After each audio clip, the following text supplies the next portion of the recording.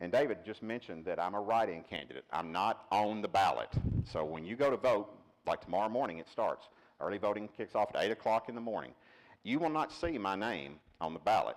But the good news is the Lord blessed me with a 4-character last name. And if you use your debit card, you know you use a PIN code, just four digits or 4 characters.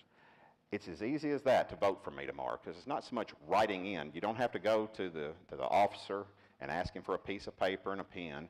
All you have to do, and we've got some of these on your tables, and it's also on my campaign Facebook page, is check the write-in button. A keyboard will appear, and if you'll just do the G-I-L-L, my last name, that's all you'll have to do. You don't have to remember my first name or the middle name or how to spell it. All you got to do is G-I-L-L and then hit accept, and you just voted for me. So yes, it's a write-in candidacy, a type-in candidacy actually, but I think we're going to be successful. We're going to make history in Nolensville, Tennessee. I want you to realize how exciting this is for us as a community. In case you wonder, can a write-in candidacy work? Well, first off, see yourself being here tonight. In our date and time, this is something that's quite possible. We've seen history made before. In the state of Alaska in 2010, Lisa Murkowski was a sitting United States Senator, but she had a primary opponent, and he won the Republican nomination for the Senate that year, and she was left standing out in the cold, if you'll pardon that pun about Alaska. She waged a write-in campaign. So there was a Democratic nominee and the Republican nominee, the man who beat her in the primaries, and then herself on a write-in campaign.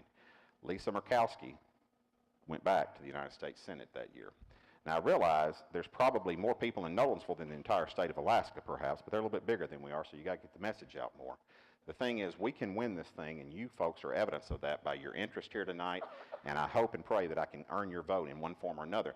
And by doing that, I think the most important thing I can do to earn your vote, in addition to looking you in the face and respectfully asking you for it, and I tell you, I've knocked on a lot of doors across this community, and I'm going to keep it up for the next 20 days. The next thing I can do, however, that's the most positive thing, is to talk about some issues and things that I know that I value as a Nolensville resident, and what I hope that when I share it with you, it'll resonate with you. When I came to this beautiful hall tonight, I drove down Sunset Road, and I passed this wonderful sign that our Historical Society had put up earlier in the decade, and it says Sunset Park.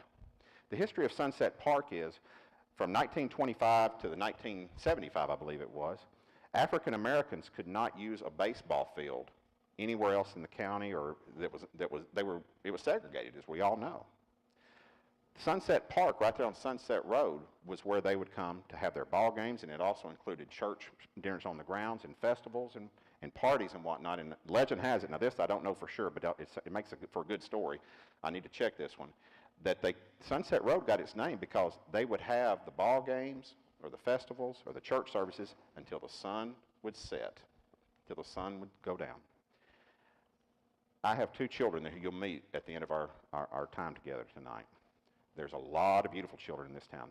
I would love to rebuild somewhere, somehow, sometime, a Sunset Park for all children and all people of Nolensville. And something that has its roots based in exclusion, I would love to make it one of inclusion. Specifically, my pastor and his wife have 4 beautiful daughters, one of whom just happens to have Down syndrome. And I saw a Facebook post they put out when they were visiting her home state and I said, is that one of those inclusive parks? And I was really curious about that. As it turns out, it was not. But I wanted to know more about that because my wife was once a special education teacher's assistant at Sunset. And we have a specific love for a couple of folks that she taught, as a matter of fact. Well, I would want to make any park that we would build to be inclusive. They did it in Hendersonville, Tennessee in the past year, just to let you know. And it was a public-private event. The town helped find the land and perhaps develop it. The businesses in the town helped contribute money for the actual play sets. It was beautiful. I would love that to be in Nolensville, and it be effective for all children in our town. An inclusive playground that we could lean on our history for. I told you I was going to be a good steward of the town's history, as while I'm still going to be a good steward of the town's potential. That is something that's important to me. Now, that's a new one for you. That's going to be coming out later this week, but I wanted you all to hear me tonight. Sunset Park. We need a new park in our town, and I would like to lean upon the history of Nolensville if we do so. I also mentioned that driving Sunset Road is always a lot of fun. Now, this is just a fun joke. and I hope you'll laugh at it. But, see, you are laughing because I've already told it to you. But you know the history of Nolensville is that William and Sarah Nolan's wagon wheel broke right here, and that's why they stopped here, correct? Well, you want to know how the wheel got broken? They took a left turn on Sunset Road and hit that one good, pothole pretty good. We have an opportunity in Nolensville to proactively work on our streets and road system before they all end up like Sunset Road has. And by the way, I'm contributed to that. I use Sunset Road to go to and from work every day for the 9 years that we've lived here. And what is being done now is fantastic, and I'm delighted about it. I'm especially glad to know that we're going to have the walking trail, the bike path to the side of it, so it's going to be great when it's finished, and I appreciate the hard work that's going into maintaining it right now. But if you think about Sunset Road right now, think about where you may live. These two-lane roads that we've all used around this community they're historically farm roads, and they did a great job as farm roads, and they served us as well as a small community. But at the end of this mayoral term, we're going to be a town of 15,000 people. We have to take action now to start turning those two-lane farm roads into avenues that can be used both on the side of, like I just discussed, a walking path, also that people can come to and from work safely, going to and from school, and we've got the opportunity. It's like when we were kids and you have those bars of clay, and you can mold them into something. Y'all, this is an opportunity we all have. We can establish what we want Nolensville to look like for our generation and for future generations, and to do it well. Just like we're standing on the shoulders of so many people who have come before us and made this town what it is today, that led us all to be here. My proposal is we're going to take the 2016 Master Thoroughfare Plan, which our Board of Mayor and Aldermen wisely, and might I add, very generously adopted unanimously at that point. We need to take action now on at least the top 6 most critical roads. In fairness, that plan is expected to take 20 years to come to fruition. We got to start someplace. And if you let me, Mayor, I'm going to start on the ones that are most critical, and I look at that as Kidd Road. As a matter of fact, when you turn onto Kidd Road, you turn right next to that wonderful farm. It truly is a farm road, but we've got Whitney Park to the left. What happens when they build 1 or 2 more subdivisions on Kidd Road? It can't handle the traffic as it is right now.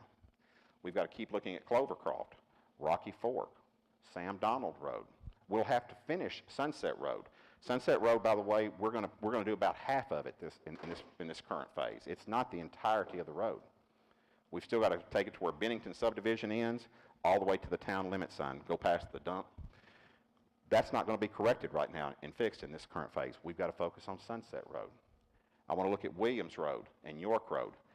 Keep that in mind, because we have this opportunity. By the way, that may start in my administration, and I can only put the seeds in the ground. But if we don't start now, when will we do it? And I'm bringing it to your attention. I'm letting you to know I get it, and I will act on it as your mayor.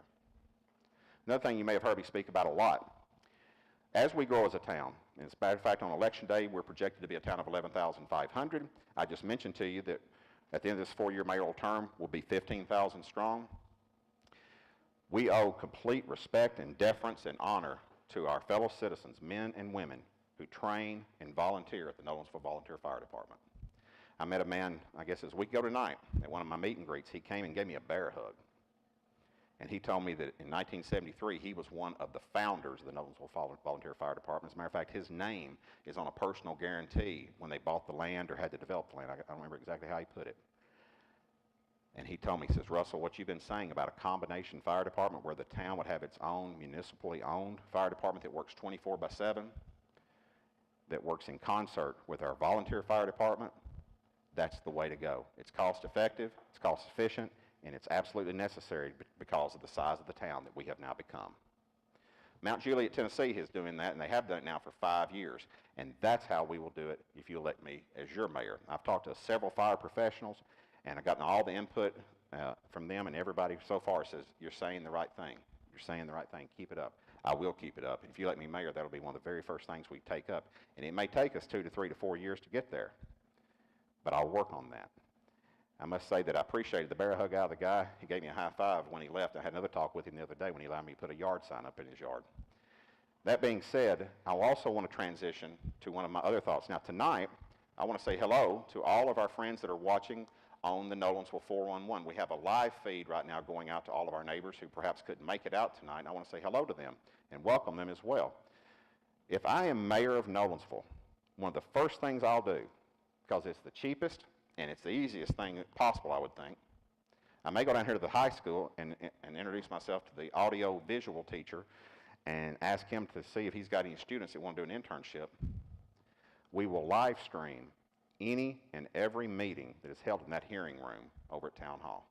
The Board of Mayor and Aldermen, the Planning Commission, the Board of Zoning Appeals, the Historic Zoning Commission. If you want to attend it in person, more power to you, God bless you. If you can't attend it in person and you want to watch it later on at night, or a week later, or even a year later, it will be archived on the town's website. It's so easy, and we're doing it here tonight. It's very inexpensive to achieve to do.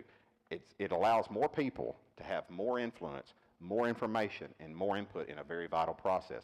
I believe in the absence of information is when our cynicism begins to really ratchet up, right?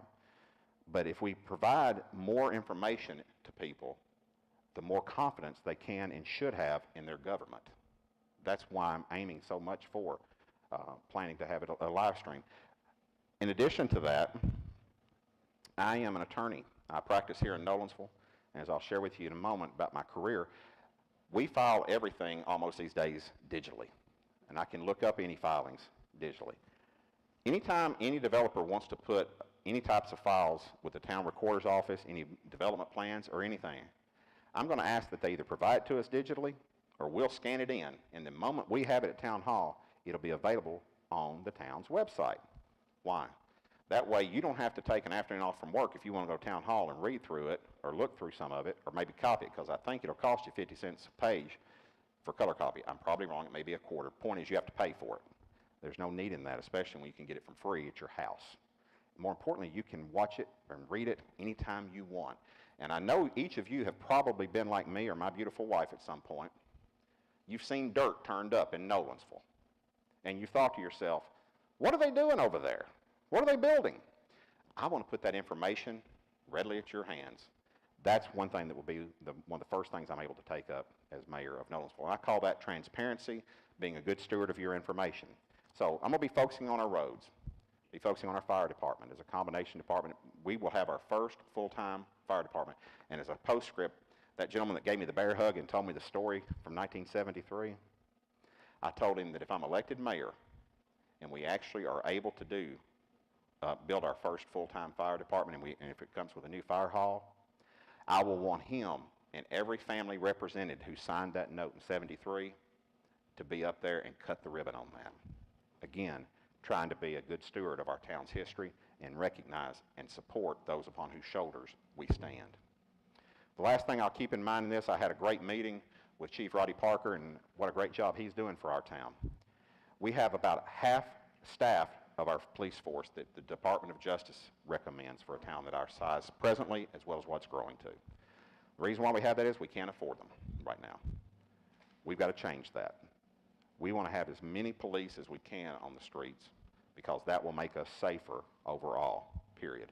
And if there's any outside influence that are trying to come into Nolensville and try to see where they might find some break-in points, I want them to know more than likely there's going to be somebody coming around the corner very soon.